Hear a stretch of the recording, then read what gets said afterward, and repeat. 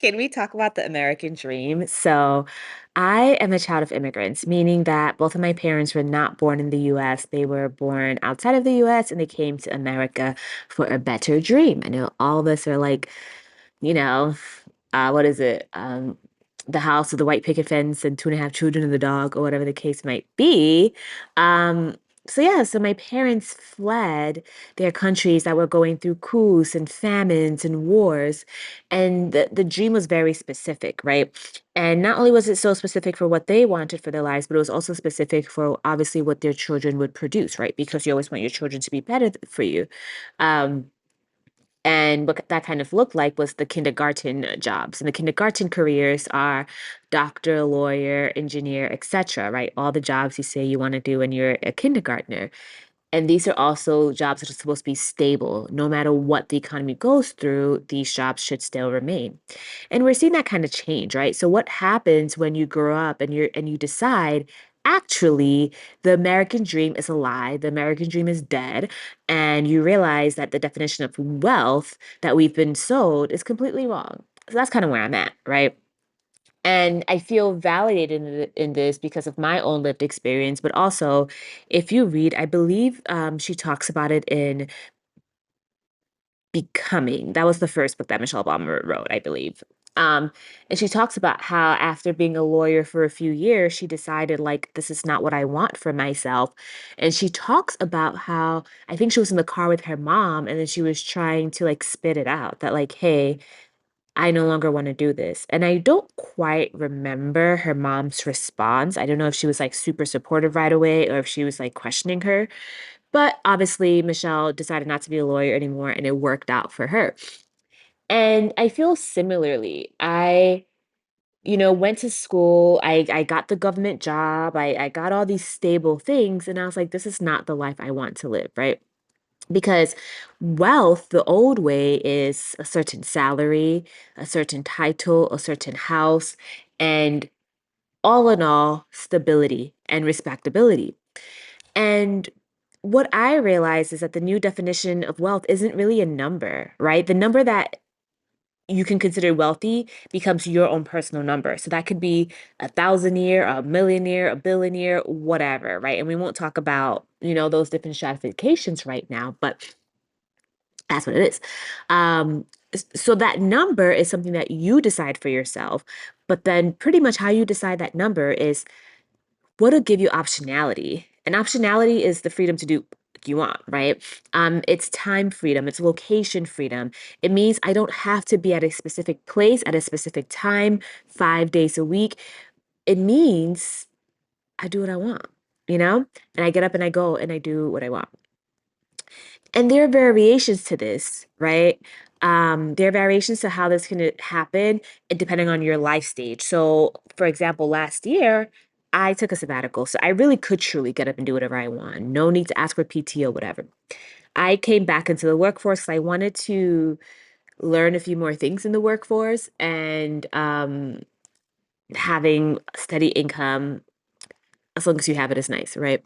So right now, what that looks like for me is that like in my 9 to 5, I did choose a remote 9 to 5, which means that I'm not commuting.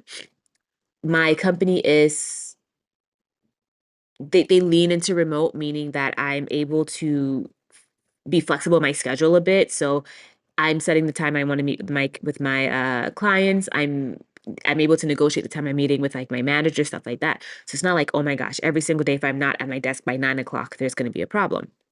And with that, we have unlimited PTO, and I've never had a thing in my life where someone has denied my PTO. Like I don't really understand that. So I put in PTO and I take my PTO. I know a lot of people are like, oh, when someone gives you unlimited PTO, that's false. Like, no, girl, I've taken a month off and it's been fine, right? Like, find the job, and I can do a whole new video on this. Find the job, find the culture that fits your lifestyle. And this doesn't mean like everything is going to work all the time. Like for example, I wanted to travel and I had to delay the travel because I had to meet a client, right? So I still got to travel. I still got to do what I wanted in the long run, but it was delayed by like 2 days or something. Like there are going to be days where you're like, okay, I have to do this in a way that doesn't perfectly fit my schedule, but you also know that with enough time, right? Anyway, I feel like I'm sidetracking, but my point here is if you choose to be in a 9 to 5 structure, a corporate structure, a tech structure, find one that works for you. And you can do this in your interview process and in your research.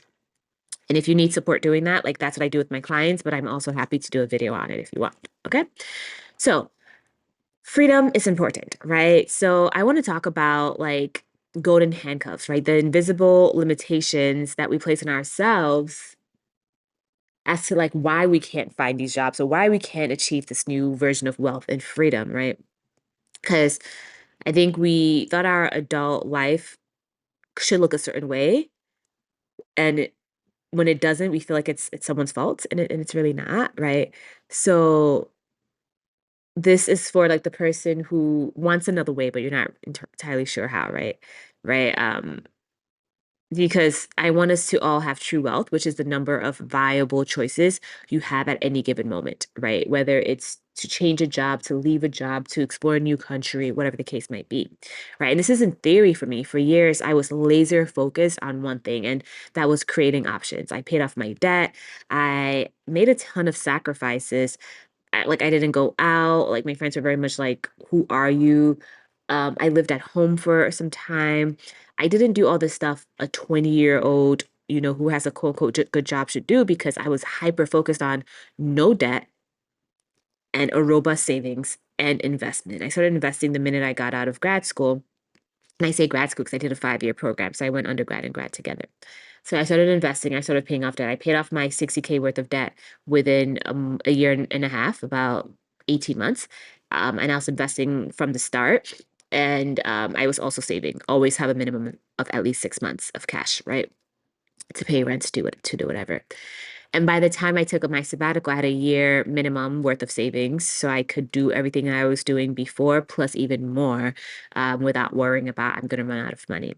And going back to optionality, I also had pivoted so much in my life that I had so many skill sets that when I was ready to come back in the job search, it was not hard for me to land a remote job, as I talked about earlier, right? So I invite you to think through what does your dream look like, right? Like if some of it is still attached to maybe how we were brought up with the American dream, that's fine because that's what you want. Whether you want the house, you want the dog, you want the kids, you want the picket fence, whatever the case might be. But what else do you also want, right? What is true to you? What will make you happy? What do you value, right? So not entirely the dream you were sold as a kid, but can have some elements. Not entirely the dream that you're even seeing on social media. But I think this is also where social media can be helpful. I think social media is villainized a lot, but if you keep being attracted to a certain type of social media page, ask yourself why. And if it makes you feel aspirational, inspired, etc., then that's probably fine. If it makes you feel resentful or like defensive, then maybe you shouldn't follow. Right? Maybe just let those accounts go and follow the accounts that have you thinking, hey, if this person was able to achieve this, that makes it possible for me to also achieve this in this lifetime. And I understand that we're all coming and starting from different bases, but the way I've always felt about life is if I can see another human do it, if I can't get that thing right away, at some point I can work my way to it, right? Beyonce says, I dream it, I see it, I do it. I work hard, I do it. I'm butchering the lyrics, sorry. But pretty much like the same ethos, right? That's what we want to like lean into of if we see something, we need to figure out how with what we have we can get closer and closer to that, and as we get closer and closer to that, more options open up for us until we get where we need to be, right? There's so much that I've wanted that I thought there was one way to get to it, but as I started taking smaller steps, other pathways opened and I finally got it, but it wasn't the way that I thought I would, right? Um so yeah, for me my life is like floor to ceiling windows, being able to sit on my patio, surrounded by like just greenery, reading my book, going to my garden, like picking up stuff from the garden and then making like a farm to table like dinner or whatever the case might be. It's simple, but it's mine. And some other people have other dreams, and that's totally fine. Like, this is not for you to put any judgment on other people's dreams or your dreams. It's to simply label your dreams, right? So it means that if you want to wake up tomorrow and go live in a new country for a few months because that's your dream, you then allow yourself to commit to maybe the income that you need, the skill sets that you need, the lifestyle that you need in order to get there. Are we following? Are we following? So, in short, you can't achieve the dreams that you want if you're holding on to dreams that were sold to you or to golden handcuffs in your current lifestyle.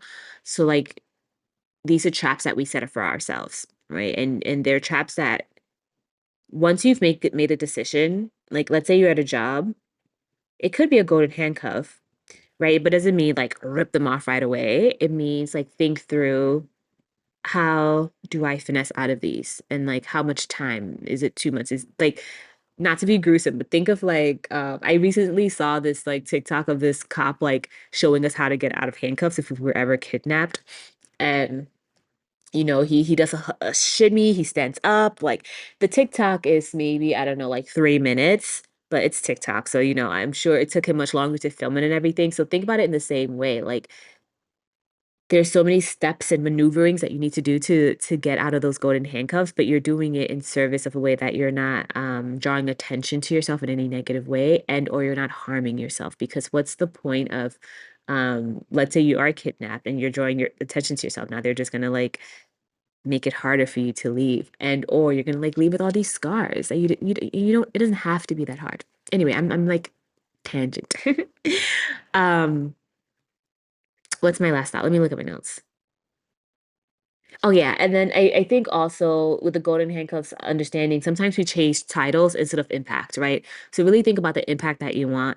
And also sometimes we chase salary instead of lifestyle. So think about the impact you want to leave in the world, think about the lifestyle that you want, and then move from that space, right? Because when you chase a title like CFO, you're actually like capping yourself at whatever that industry pays a CFO. But when you chase an impact, you you lean close into the lifestyle that you want to live, right? You start building a system where your income potential becomes uncapped, where the things you're allowed to do becomes uncapped because you're chasing an impact, you're chasing your curiosity. So you can live that out in so many different iterations versus the one definition or the one salary that a specific industry has given you, right? So figure out your minimum, figure out your impact, the lifestyle that you want to live, and the savings that you need to feel secure. Then anything above that is building your dream, right? And start defining that real dream, what that looks like for you, what that tastes like for you, what that feels like for you, right? And get rid of the golden handcuffs, but they'll start to fall away on their own. That's your shimmy. Thank you for following this far. If you did, I appreciate you.